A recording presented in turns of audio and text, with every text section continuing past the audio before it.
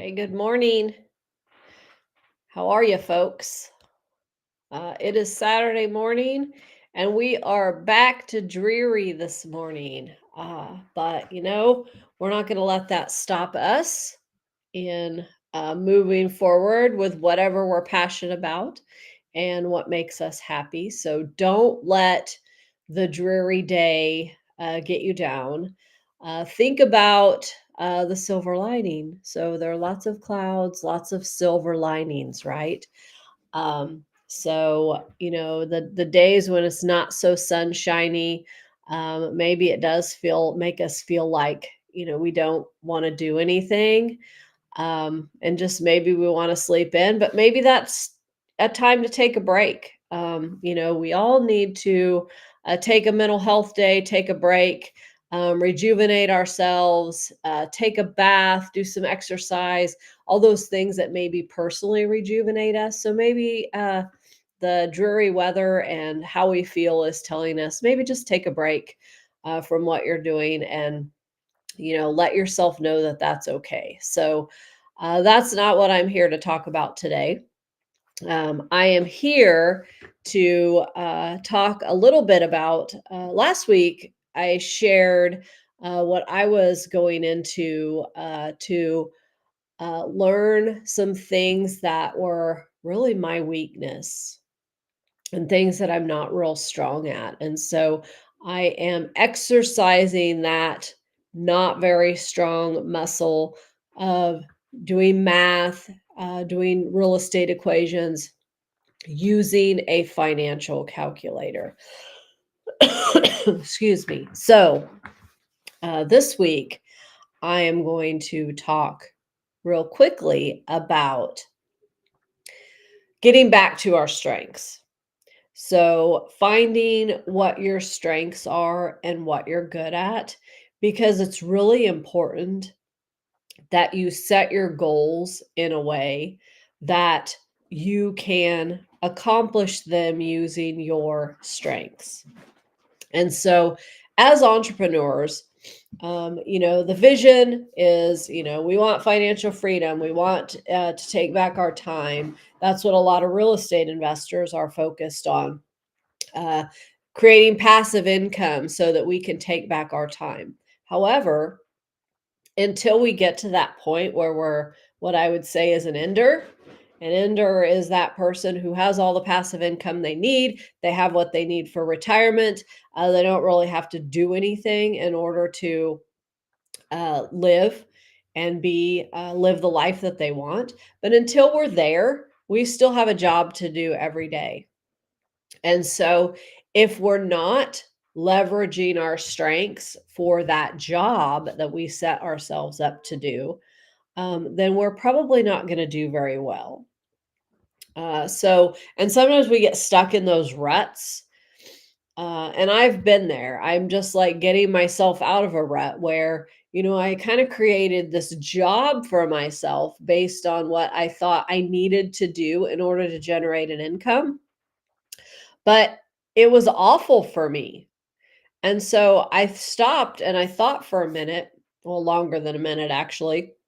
And, you know, I came to the conclusion that, what I'm doing is not any better than having a job where I go and work for someone else.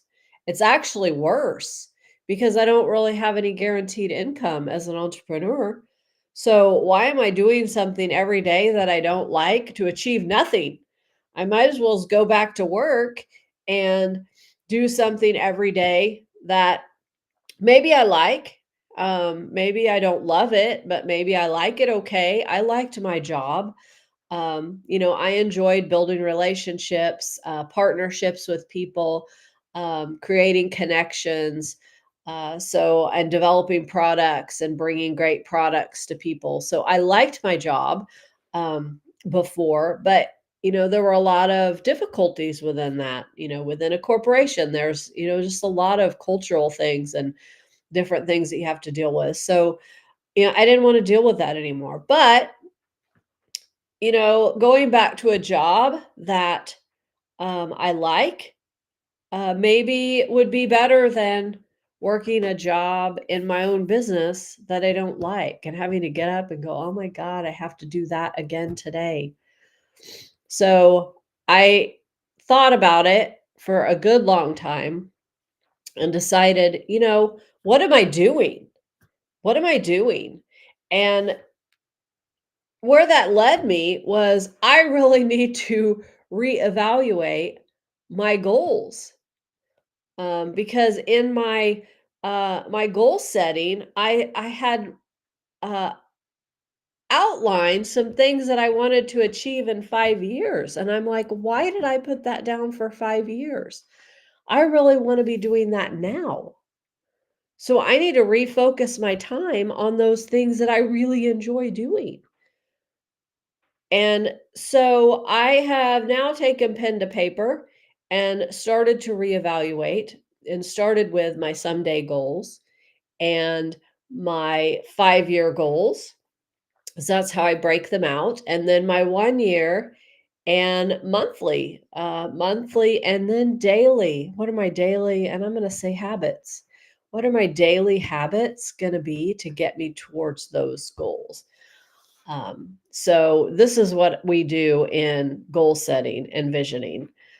We create our vision, understand what that vision looks like for us personally, which that's really what struck it for me was when I relooked at my vision and what I said my vision was for me personally, I had not aligned my business with that at all. And so that's why I was struggling. And so I needed to uh, revamp and pivot that so that I could be happy. So that's what I'm doing, and I think this is something that we all struggle with. Setting our goals and our vision and being able to live by this vision because so many things get in the way. And it's hard not to let things get in the way, not to let family get in the way, other priorities. Competing priorities are the worst. So, how do you compete? How does your business compete with you being a mom? Or, how does if you have, maybe you have a full-time job and you're trying to start a business, how do those things compete? And so you have to really lay that out in your plan at that detailed level so that you can be successful. And you have to be really clear on what it is that you're going to be doing every day. And that's hard stuff. I'm not going to sit here and say that it's easy because it's not. And so anybody that tells you that it's easy, they're lying to you, and do not pay them to to coach you or anything because it is not easy. Um, but it can be done. Everybody can do it. And the number one thing that still is in all of our way, even for me, is mindset and confidence. You have to have the confidence and know that you can in order to actually do it. Because if you don't have the confidence and you're saying, "Oh, I'm gonna do this," but you really inside are feeling like, "Oh my gosh, I can't do that. I don't really know how to do that. I don't know what to do. I don't think that I can achieve that." I can't go and own 50 doors of real estate. I don't have, the money to do that. So you set yourself up for failure by saying, "I can't," rather than "how can I?" And so one of the first things that came out of the Rich Dad Poor Dad book. If you haven't read that, read it. Rich Dad Poor Dad by Robert Kiyosaki. Uh, and he said that one of the things he learned as a young child was, you don't say, "I can't afford that." That's not the right way to think about it.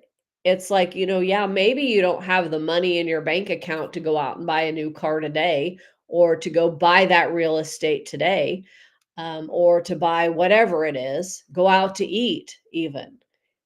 I can't afford that. Don't say it that way, but reframe it into how can I afford that? If you want to have that nice family dinner, how can I afford that? How can I afford that new car? How can I afford that real estate? So it's just really flipping the script on your brain and teaching it can versus can't. And so that is so, so important to continue to say can.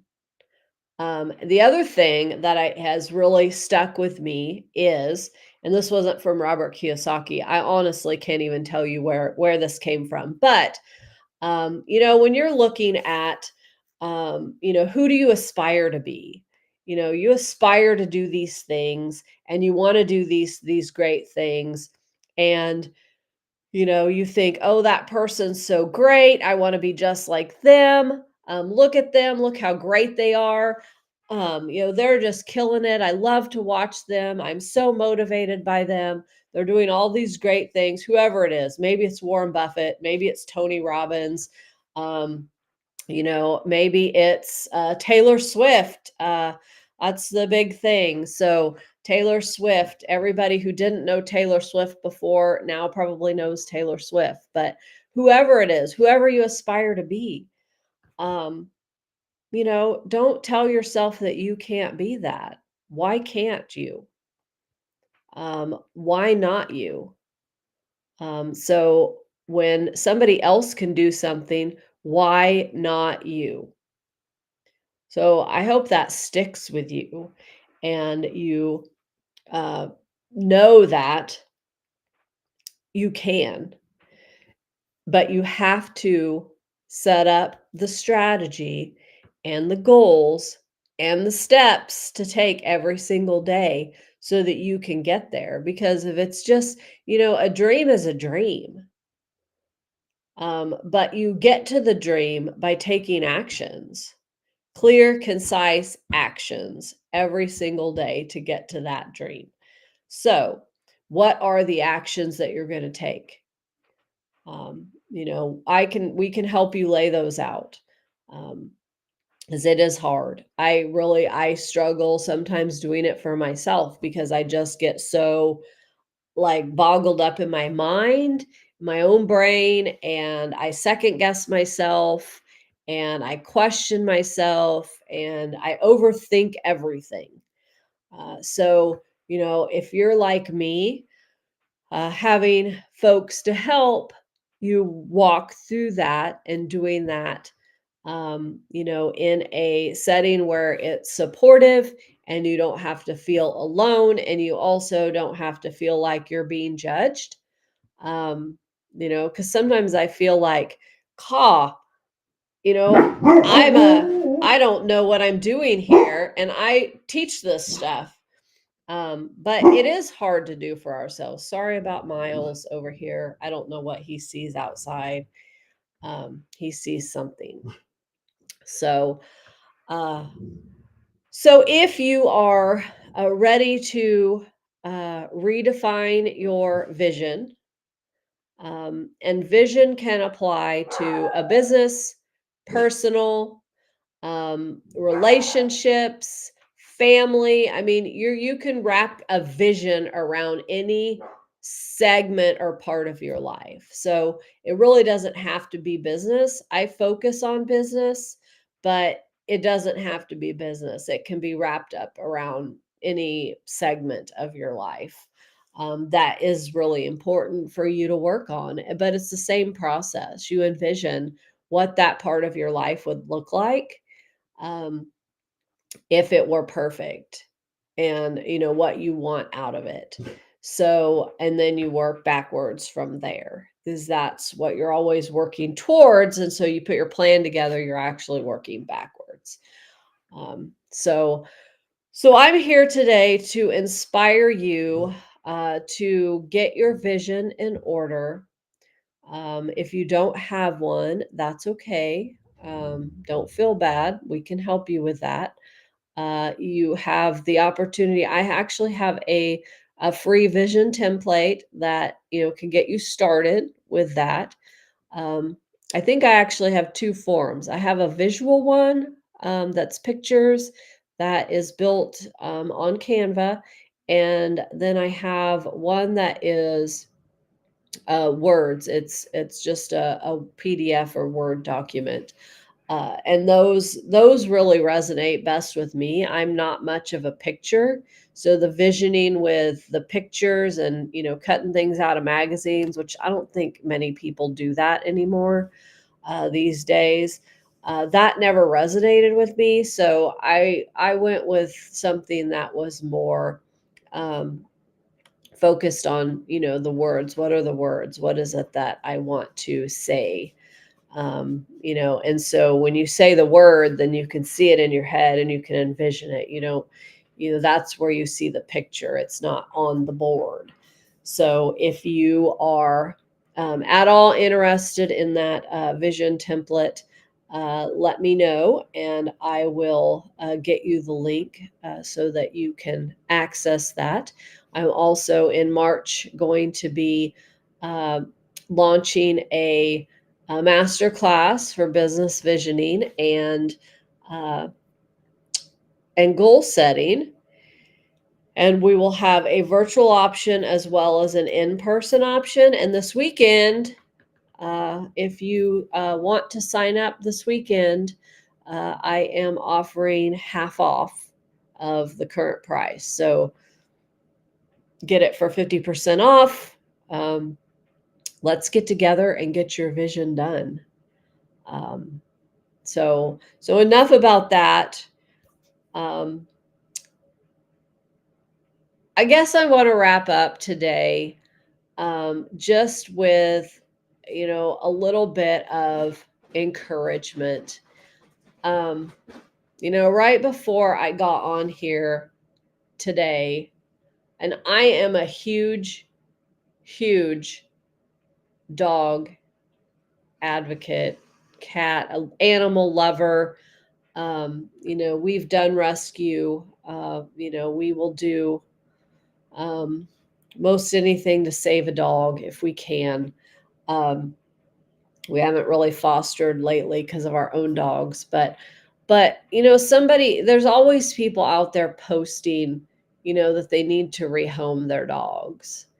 And my first reaction is always, oh my gosh, how could you do that? Because I could never do that.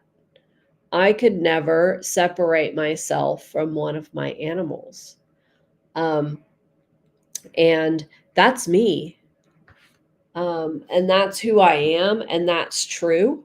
Very, very true. But that's not how everybody is. And everybody doesn't have to be like me.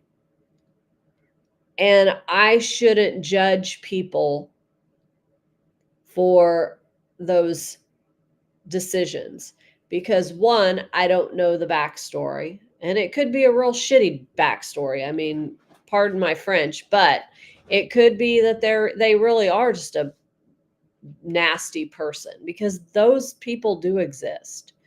Um, there are some people out there that are really mean to animals. But most often, people take in a dog or a cat, they love them, they want to take care of them, but then something is a barrier for them doing that. And then they're looking to rehome them.